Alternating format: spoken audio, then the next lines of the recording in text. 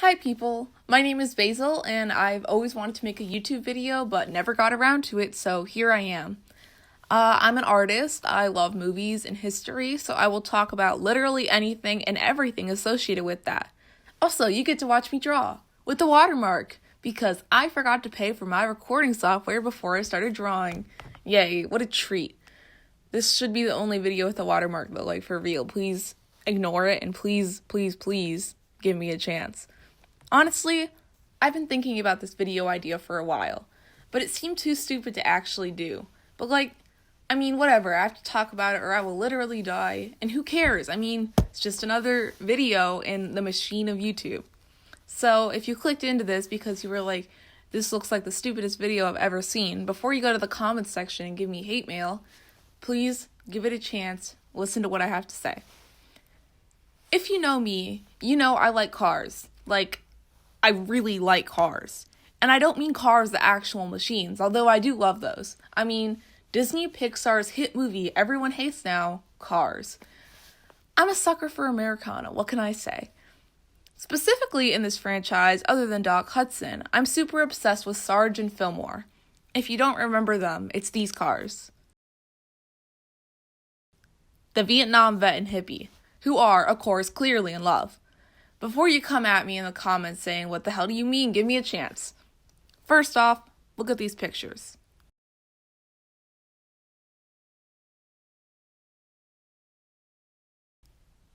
You got that?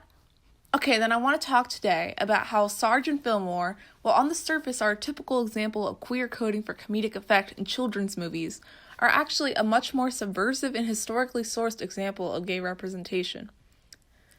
Disclaimer, before I get into this topic, it is my wholehearted belief Disney intended literally nothing I'm going to say.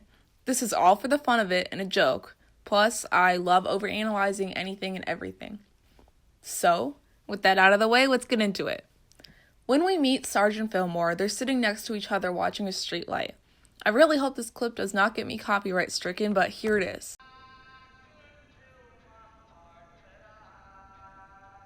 I'm telling you, man, every third blink is slower.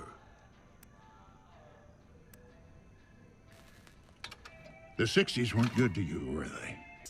Sarge mentions the 60s. To the uneducated eye, some might think, what the flip are you talking about? That literally is not gay. Well, this leads to what Sarge and Fillmore actually represent in the greater scheme of things. By alluding directly to the 60s and their roles as cars who represented that time period, they tie themselves to cinema at that time. At that time, queer subtext was a necessary tool used by filmmakers to explore queer issues without getting taken down by the Hollywood complex. The Hays Code was a set of rules in effect until 1968 that prevented filmmakers from depicting, quote, immoral subjects that included lustful kissing, whatever that means, interracial love, and most important to this topic, homoeroticism. Because of this code, gay films in the mainstream were highly limited, and you had to read between the lines to pick it up. Movies like Rope by Hitchcock, The Edge of the City, and Rebel Without a Cause are great examples of this. Even after the Hays Code, its effects were still felt. Movies like Mikey and Nicky and Scorsese's Mean Streets were still limited by this code and the societal views surrounding them.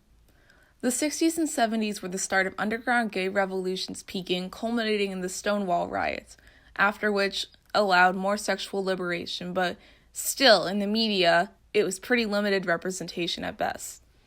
Going back to cars, you might be wondering what this has to do with them. By giving these cars homoerotic subtexts, Sarge and Fillmore represent the long history of the queer struggle in cinema, and their subtle relationship alludes to this.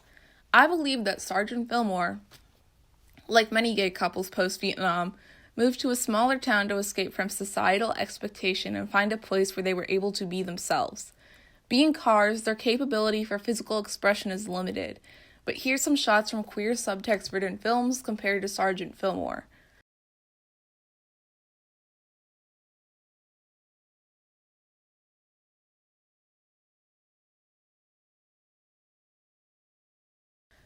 If that doesn't make sense to you, what are you doing with your life? Basically, what I'm saying is that Sarge and Fillmore are the iconic gay couple we need, representing the long history of queer love that needs attention, and were a huge step for cinematic representation and animation. Their subversive, historically framed subtext calls to queer audiences in a way that the films during the Hays Code period did. And that's all I've got to say. If you've enjoyed this video, please like, comment, and subscribe, and let me know your thoughts in the comments. I will literally argue and discuss with anyone. This is pretty short, but I'm hoping that I can make longer videos as I continue. So thanks for watching, and I hope you stick around for more videos that nobody asked for. Have a good day.